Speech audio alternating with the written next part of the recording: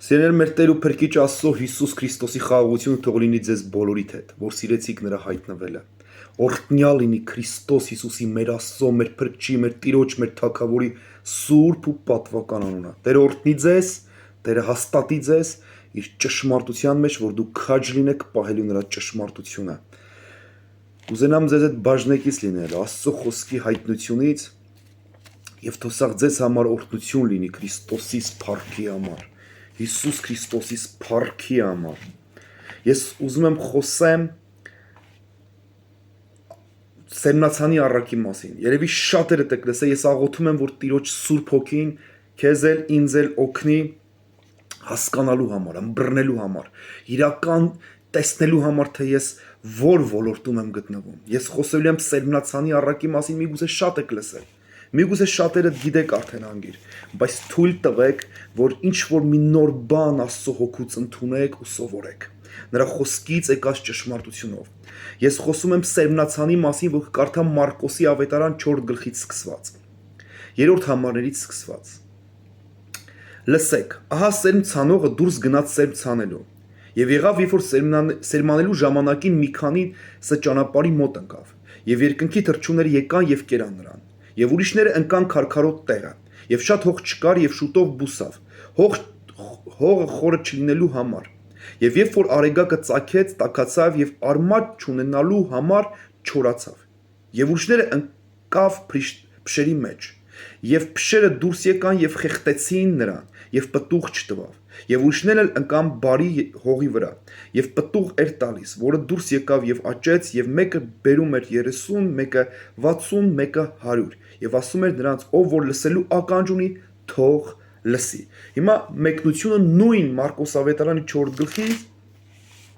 բայց մեկնությունը արդեն խոսում է 14 համարից Տերը։ Սերմողը խոսքն է սերմում, եւ նրանք են ճանապարհի վրայինները ուր բան, այսինքն սերմվում է, այսինքն խոսքը սերմվում է, եւ երբ որ լսում են, շուտով գալիս է սատանան եւ վեր է առնում նրանցից սրտերում սերմված խոսքը, նրանց սրտերում սերմված խոսքը։ Նույնպես էլ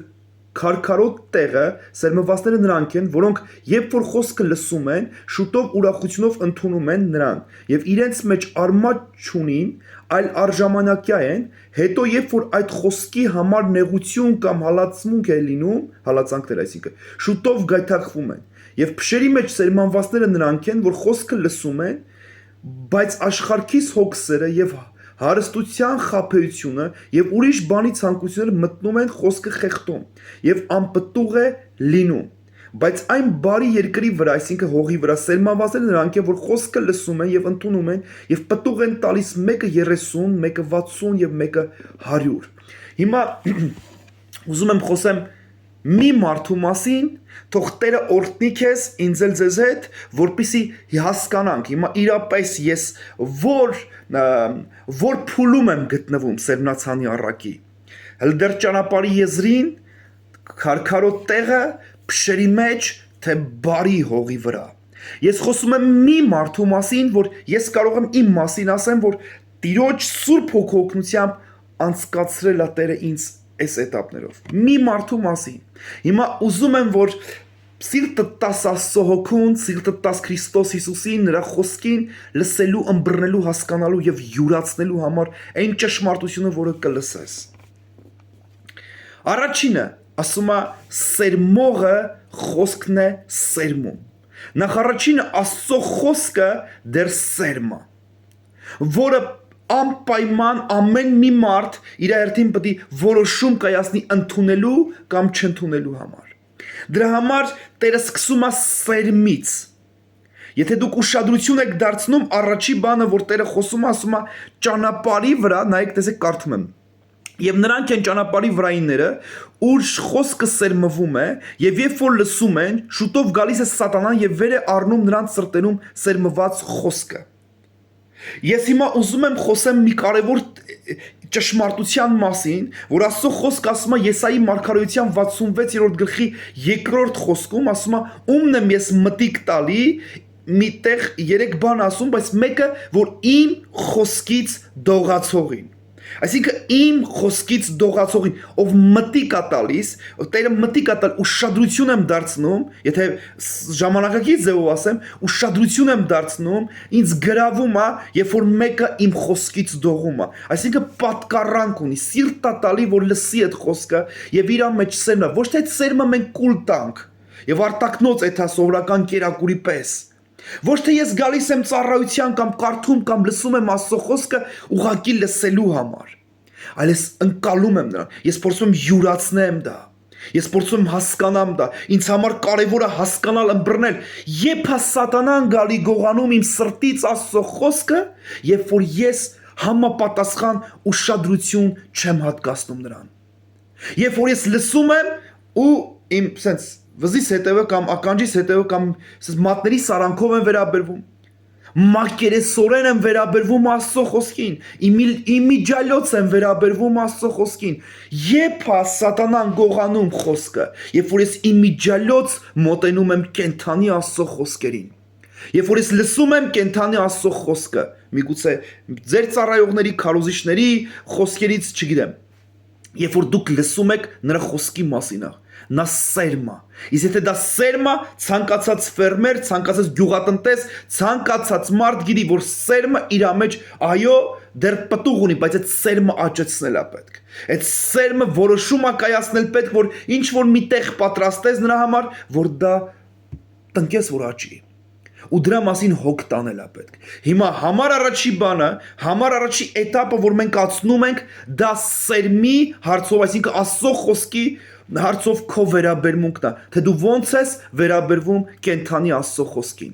Եթե դու նրան դեռ վերաբերվում ես ուղղակի միջալոց, մատների արանքով եւ դրա համար ժամանակ չես հատկացնում լցվելու, որ ոչ թե ուղղակի հասմա հավատքով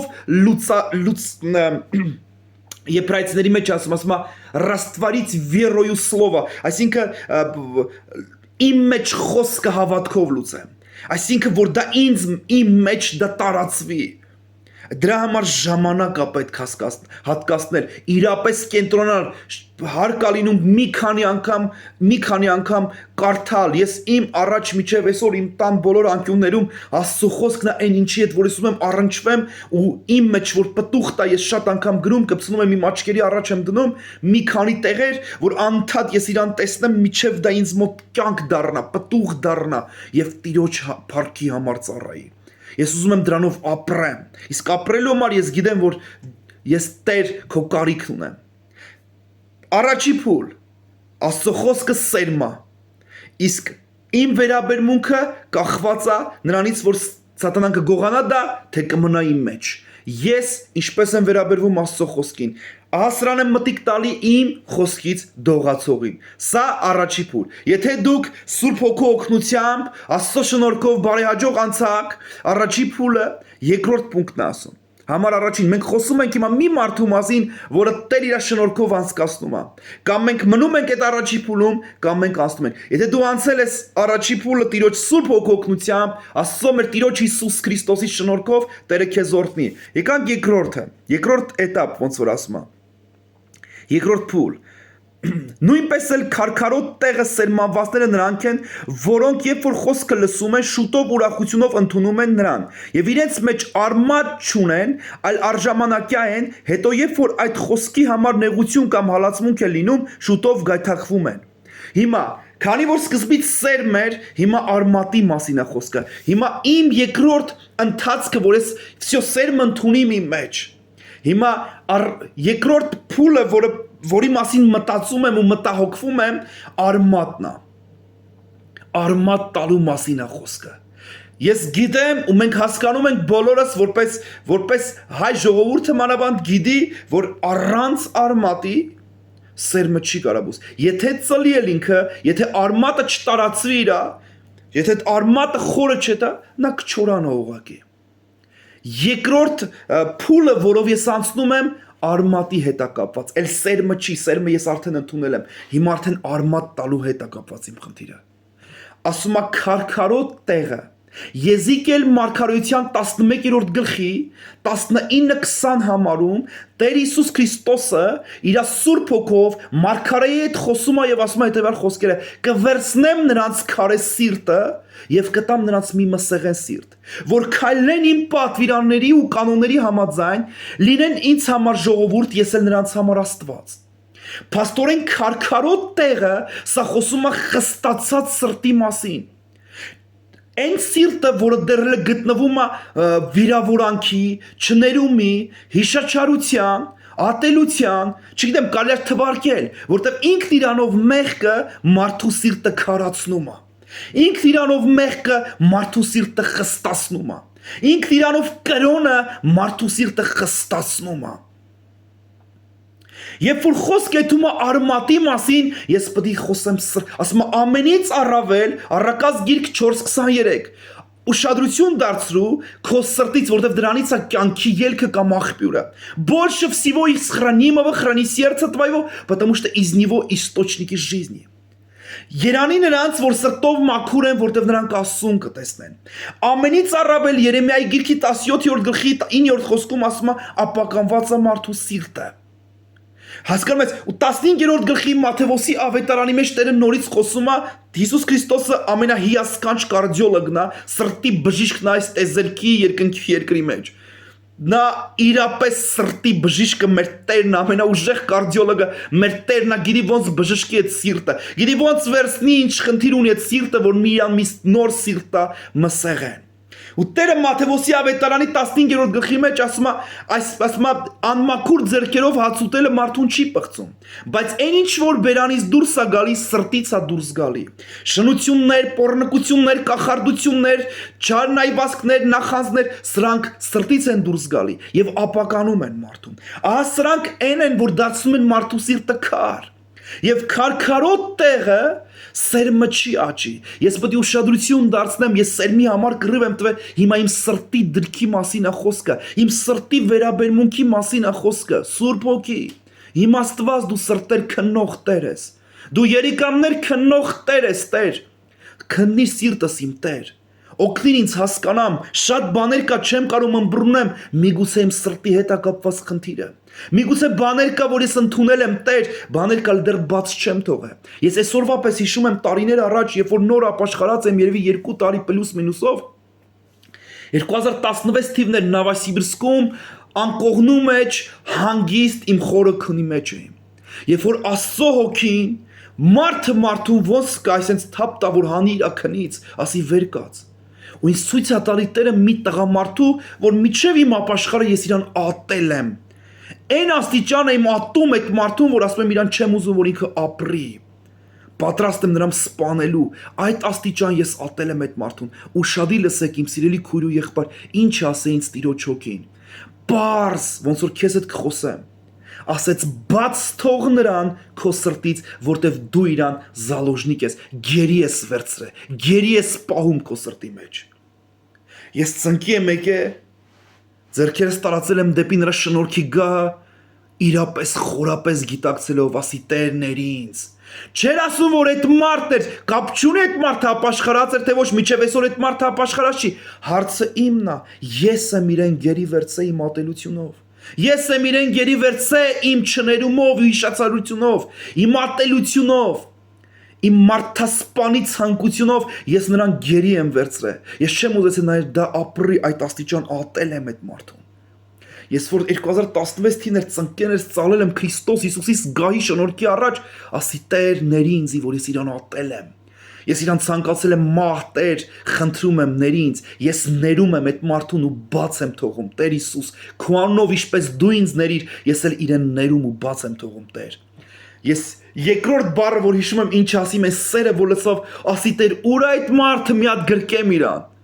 Ես իմացամ, որ բաց թողիմ, ես ներիմ ու ներում շնորհվեց ինձ։ Այն սերը, որ լցվավ իմ սրտի մեջ այդ տվյալ մարդու նկատմամբ, սա անբացատրելի էր, պրոստը գերբնական իմ Քրիստոս Հիսուսի ներկայությունն էր։ Համ ինձ շնորհեց ներում, համ էլ ես այդ մարդուն արձակիմ իմ սրտից, որ գերության չպահեմ իմ սրտի մեջ։ Փաստորեն, երբ որ դու մեկին չես ներում, դու իրան քո սրտի մեջ գերի ես պահում։ Խնդրում եմ ձեզ, Աստված շատերին ներումը Աստված իր որդու միջոցով բոլորիս ներեց, բայց ով կուզենա մոտենա, որ այդ ներումը ստանա, ով կուզենա ապաշխարի, որ այդ ներումը ստանա, նաև եթե դու չներես, էլ երկնքի։ Կարա Աստված քեզ ների, բայց եթե դու չես ներում մարդուն, կարաս դու դրա քո չներումի պատճառով չմտնես երկնքի արքայություն։ Դրա համար փոխադարձ ասա, քարացած սիրտը, քարացած սրտի մեջ սերմը չի աճում, քարացած տեղը սերմը արմատ չի տալի։ Շատերը որ չեն աճում, որտեվ արմատ չկա, սերմը ընդունել են, միգուցե եկել ես, հիմա երկրորդ էտապը որ պետք է անցնես, երկրորդ փուլը որ Աստծո հոգին ուզում է քեզ անցկացնի,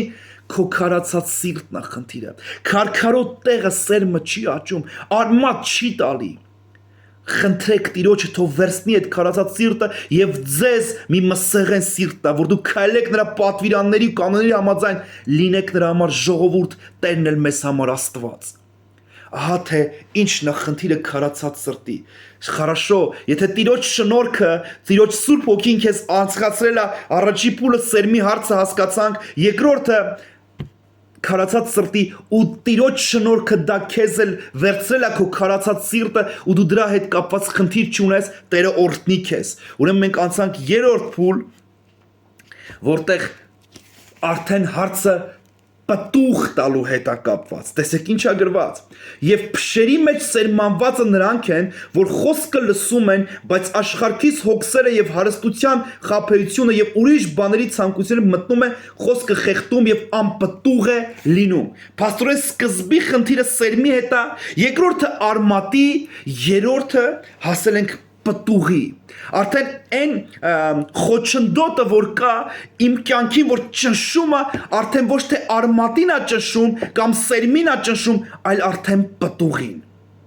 Եթե ես արդեն Տիրոջ շնորհքով անցամ первый этап, второй этап, երկրորդ, առաջի, երկրորդ փուլ, ու հիմա Տիրոջ շնորհքը ինձ առաջնորդում է, հիմա իմ խնդիրը պտուղ տալու։ Այն ծանրություն, այն ճնշումները, որ գալիս է, այն ինչ որ ուզում է խեղդի ես աշխարհի հոգսեր ուրիշ բանի ցանկությունները, որ խեղդում է պայքարը պտուղ տալու համար։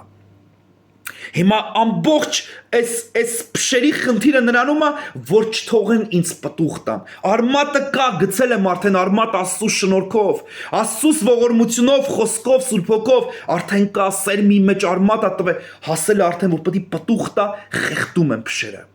Ինչա փշերը, на самом деле, ինչա փշերը։ Փշերը այն իգլաներ կան, դատավորած գրքի մեջ, դաժե ռուսերեն թարգմանից չեմ սխալվում, դա երկրորդ գլուխն է դատավորած գրքի մեջ, որ ասում է շատ ազգերը փշերի պես կլինեն ձեզ համար, որ թողեցիք նրանց։ Ռուսերեն մեջ ասում է как игли будет, ասեղների պես կծակեն ասում է ձեզ։ Շատ անգամ մտածում ես, ասում ես, ինչա փուշը, փուշի դերը ո՞րն է։ Օրինակ, ես ուզում եմ կենտրոնացած եմ, ուզում եմ կարդամ Աստծո խոսքը, ուզում եմ լցվեմ նրա խոսքի ճշմարտությունով, փուշը, օրինակ վերցնեմ ու ես կենտրոնացած եմ, ուզում կենտրոնանամ խոսքի վրա ու մի բան ծակում այնց։ Ասեղը վերցնեմ ու մտցնեմ թևիս մեջ։ Ինչ ձև ես կզգամ դա։ Իմ ուշադրությունը դա կշեղի, իմ կենտրոնացումը կշեղի։ Ամեն անգամ, երբ որ փշերը կպնեն իմ կողքը, ամեն անգամ կշեղի իմ ուշադրությունը։ Ամեն անգամ ես կսկսեմ կենտրոնալ այն ծակոցների վրա, այն փշերի վրա, որ ծակում են։ Ես չեմ կարող իմ կենտրոնացում, իմ ֆոկուսը պահեմ Աստծո խոսքի ճշմարտության վրա, որ հարատևեմ նրա մեջ պտուղ տալու համար։ Գիտես, Հիսուսը օրինակ է բերում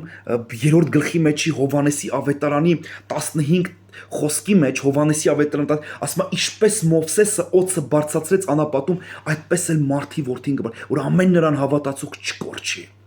որ ամեն նրան հավատացող կյանք ունենա։ Գիտես, օձը թվոց գրքի մեջ է իհարկե դա գրված, խնդիրը ո՞րն էր։ Երբ որ օձը կծում էին մարդկանց, նրանք պետք է ուշադիր իրենց հայացքը կտրեին այդ կծած տեղից, նայեն օձի աչքերի մեջ, նայեն օձին, որ ստանային բժշկություն, որ չմեռնեին։ Հիմա իլյուստրացիան, որ Հիսուսը անում է, մեր փրկիչ Աստվածը, մեր սիրելի Տերը, որ անում է, ասում է դու նույնը պետք է անես։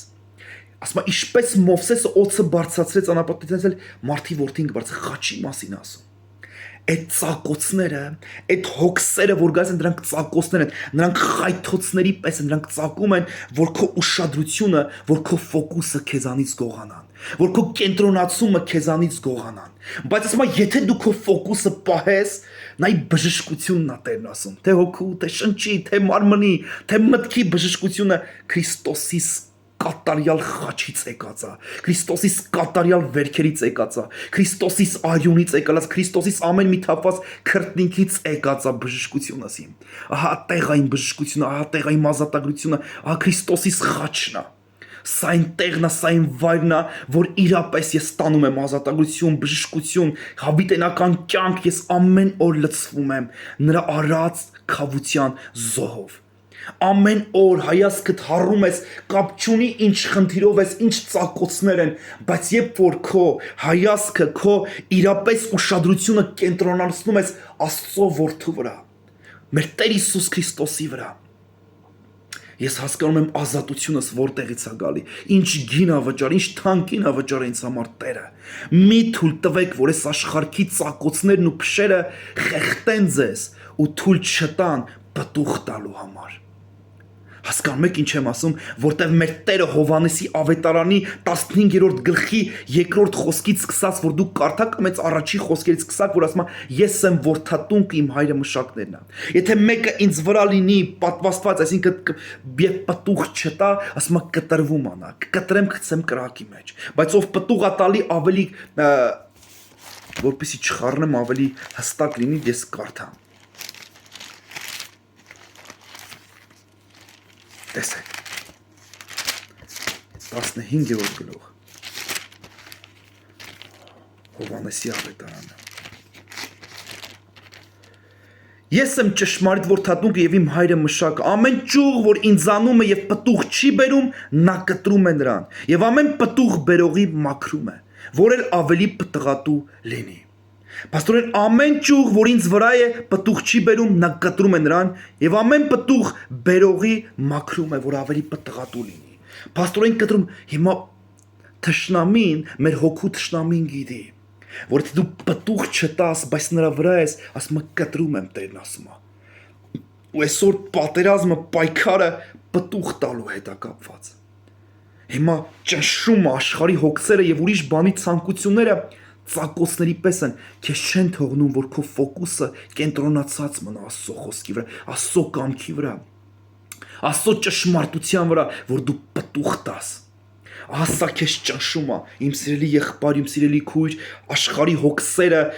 չգիտեմ, ուրիշ բաների ցանկությունները, հարստանալու ցանկությունները, միգուցե տարատեսակ կալյա դա թվարկել, ու այսօր ավելի շատ ժամանակ ծախսել այդ ցանկությունների վրա, տարատեսակ ցանկություններ կան։ Բայց անենց մի արեք, որ այդ ցանկությունները ծառայեցնեն ձեզ իր կամքին։ Խնդրում եմ ձեզ, ամենից առաջ փնտրեք Աստծո արքայությունը եւ նրա արդարությունը, մնացածը Տեր ավելիով կտա ձեզ։ Վաղվա մասին, էկուցվա մասին հոգս մի արեք։ Վաղվա օրը իր մասին կհոգա, օրվա հոգսը բավ է օրվա համար։ Շատ անգամ սատանան քեզ ցույց է տալի իրավիճակներ եւ դու որ քեզ ստիպի որ դու պիրոտ մտածես արդեն անհանգստանաս, քո անհանգստությունը արդեն սկսում է պլանավորել քո վաղվա օրը եւ դու նորից ու կրկին անգամ հայտնվում ես այն ինչի մեջ դու պլանավորել ես քո վաղվա օրը։ Օրվա հոգսը բավ է օրվա համար։ Ձեր բոլոր հոգսերը Սուրբ Գիրքն ասում է նրա վրա գցեք։ Պետրոսն է խոսում սրա մասին, Փիլիպեցիների թուղթն է սրա մասին խոսում 4 գլուխը։ Ձեր բոլոր հոգսերը նրա վրա գցեք, որտեղ նա հոգում է ձեր մասին։ Նա գիտի ոնց քեզ անցկացնի դրա մեջից։ Բայց երբ որ դու արդեն մտածում ես, օրինակ մարդուն մի տեղը, օրինակ առավոտ արթնացել է, ինչ-որ տրամադրություն չկա կամ մի տեղ ցավում է կամ ինչ-որ, որ մեկը իրան զանգում է հարազատներից մեկ ասում է հեն ոնց ես, ասում է այսօր սաղու լավ չէ։ Բայց ժամը դեռ առավոտվա 10-ն է։ Ինքը ամբողջ օրվա մասին արդեն ասում է այսօր սաղու լավ չեմ, բայց ինչի։ Ինչի համար հիմա ինչ ասում է ինչպես որ դու ասում ես, այսինքն քո խոսքերով կարդրանած քո խոսքերով կդատապարտվես։ Շատ անգամ մենք մեր լեզվի սա չդար ասում է այսօր սաղո լավ չեմ, բայց առավոտ նոր լույսը նոր է բարձվել, սիրելի քույր, սիրելի աղբեր։ Ինչի այս ասում որ դու այսօր սաղո լավ չես։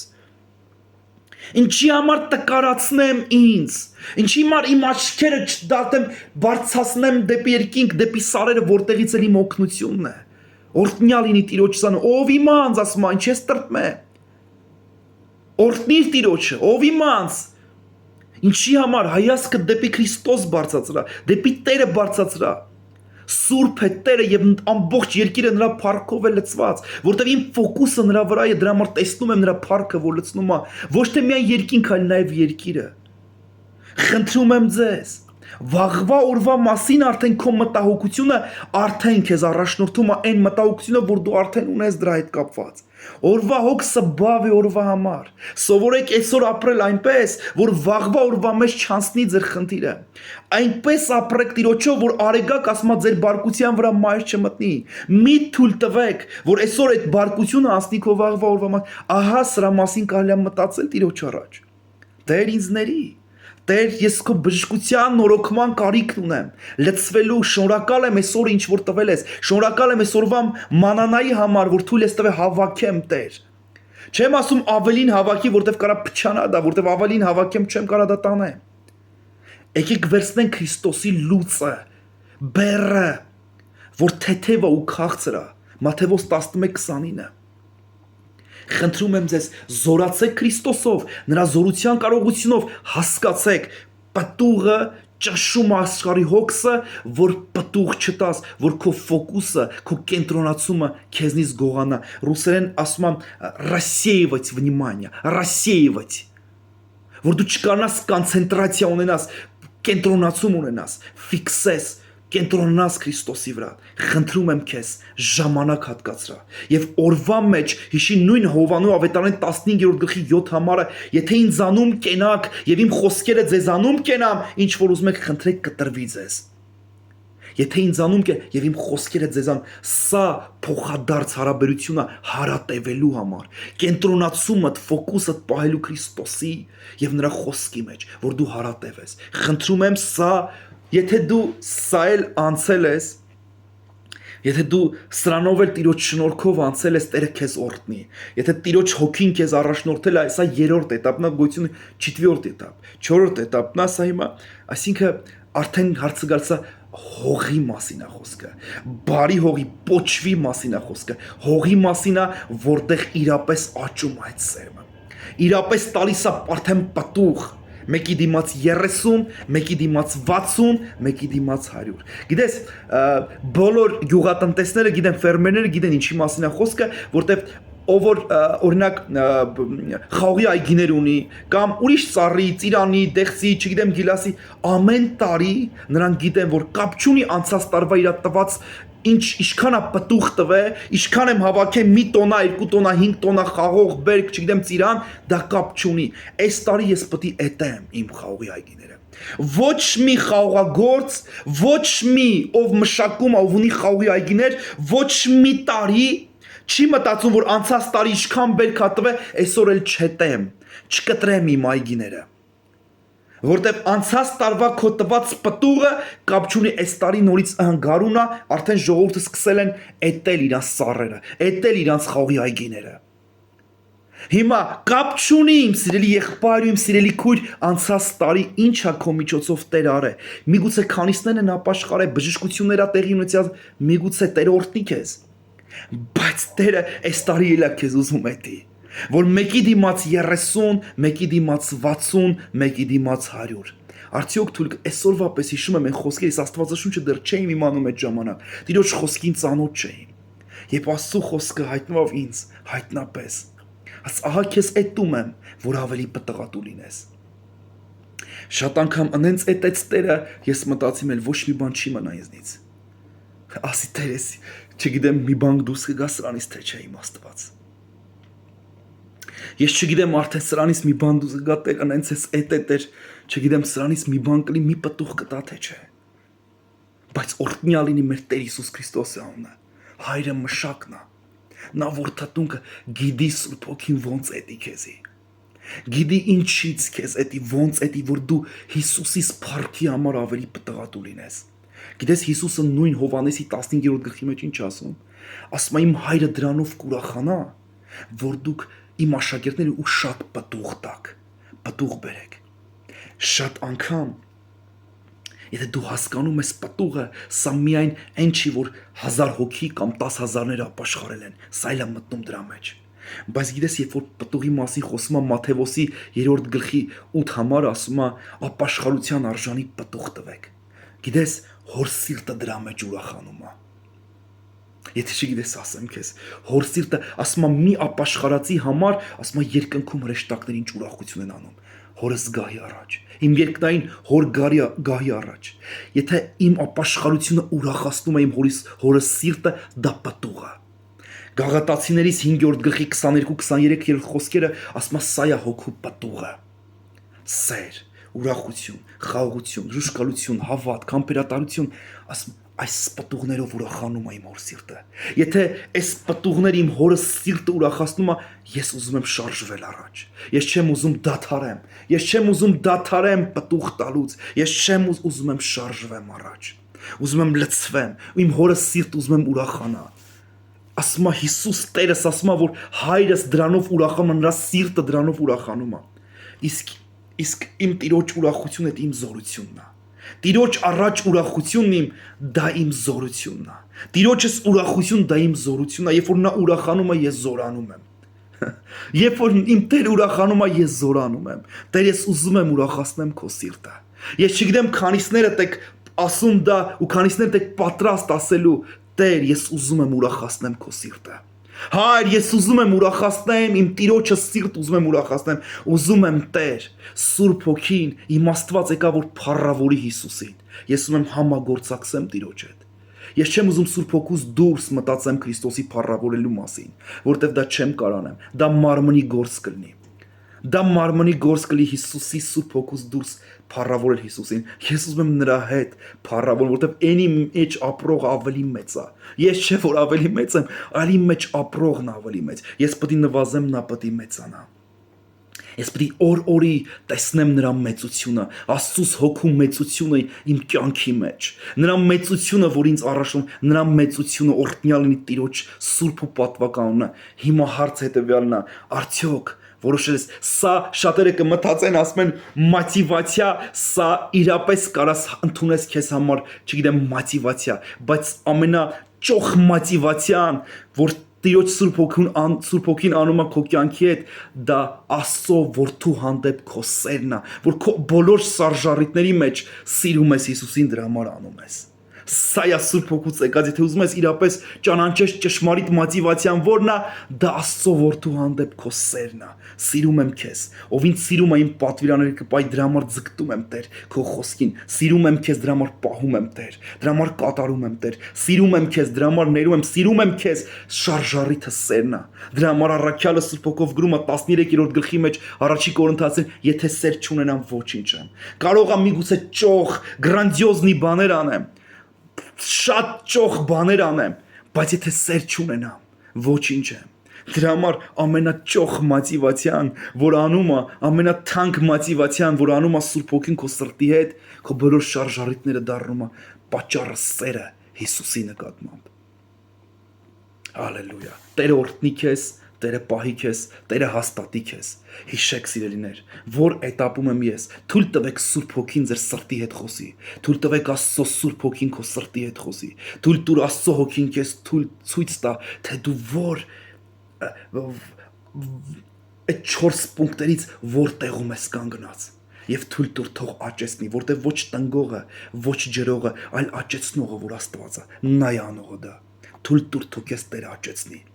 Նա կարա քեզ անցկացնի, օրհնյալ լինի Տիրոջ անունը, փառք լինի մեր Հիսուս Քրիստոսին, մեր Աստծուն, մեր Փրկչին, մեր Տիրոջը։ Տերը օրհնի քեզ ու Տերը պահի քեզ։ Քաջ եղիր, համարձակ եղիր, անկեղծ եղիր Հիսուսի հետ։ Անկեղծի հետ նա անկեղծ է։ Եթե կա խոստովանելու բան, դու գիտես ոնց անես դա։ Արա դա եւ ջանք արա, խնդրում եմ քեզ, որ պտուղ տաս, հորը սիրտը, իմ երկնային հոր սիրտը ուրախացնելու համար։ Տերը քեզ պահի։